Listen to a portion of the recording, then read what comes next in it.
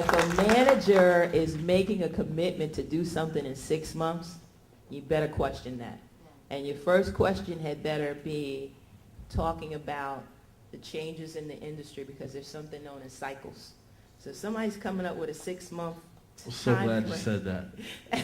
There's no offense to my man at the end there, but if somebody told me I was going to get a deal in 6 months, I would go crazy. Yeah. Because you got to, like she said, you got to understand the climate of the industry right now. Like, 50 can't get you a deal in 6 months. You know what I'm saying? Like, look at Mobb Deep.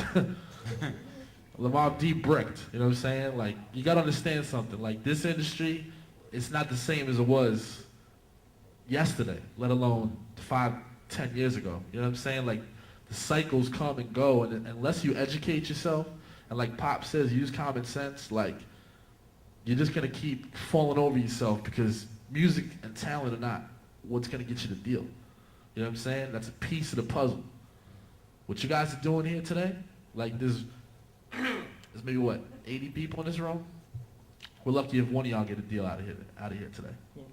Lucky if one gets a deal. But that doesn't mean you don't keep grinding and you don't keep doing what you do every single day, because nobody can tell you to stop. You just got to understand the routes to take and how to set yourself up for the future. And management is definitely an essential piece of that. Right. Tell them, but don't mean you can't sell records neither. Yeah, well, we'll get to that. We'll get to new media. All right, we're going to switch to a topic called artist development. And since we have someone here from Universal that deals more with publicity, I just wanted to say before I have her say some things,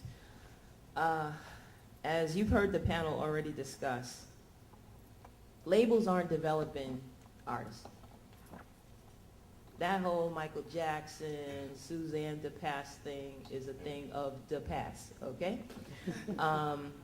And by that, you know, if you look and you talk to any high-level executive, they want to know and see what a management company, an indie label, etc., has already done with an artist.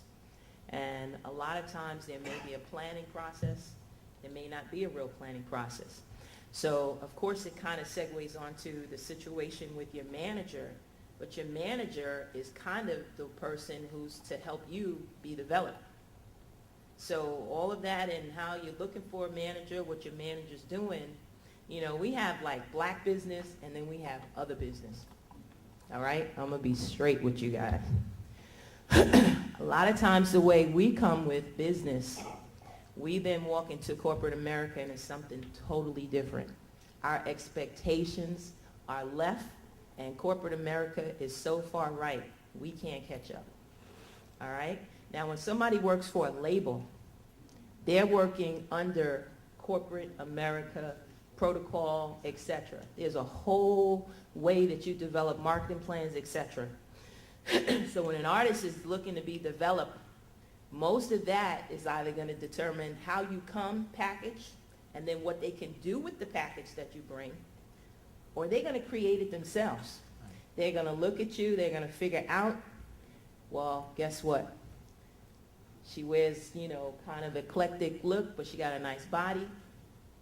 We're going to put this on her, we're going to do this kind of photo shoot, etc. Those things happen. So that's why it's really important for you to spend time and developing a good relationship with your manager to make sure that that manager is helping to package you. And that's a total package. We'll get into that later. From the publicity side, what are some of the things that, this is to Ms. Fant, what are some of the things that artists should expect from a major label as far as a publicity plan, a package, etc.? I want to be very honest. I guess you probably can hear me. Can you pull it out? Okay. Can you hear me? Okay. I want to be very honest about a publicity plan and expectations when you come into a label, what you expect for publicity. There's very different levels of media, very different tiers. You have your underground press, you have your, I would say, mainstream press, and then you have just, I mean, there's so many levels. I want you to understand if you are coming to a label and you're saying, hey, why am I not on the cover of Vibe? Why am I not on the cover of Source?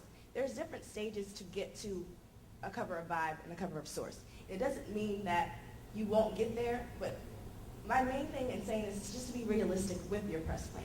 When we start with an artist, I just want to give an example. Someone like Erykah Badu.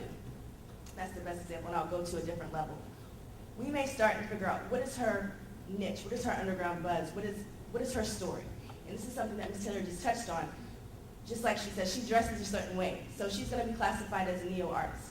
What we'll do is begin to look at publications that favor neo artists, neo soul type artists, or we'll go to her local market. She's from Dallas, Texas, and we'll build a plan first from Dallas. We'll make sure that the Dallas market is feeling Erykah Badu, that they are excited about her record, that the buzz begins there. So we'll go to the local papers there. We'll go to the local media outlets, different TV outlets, and begin the buzz there.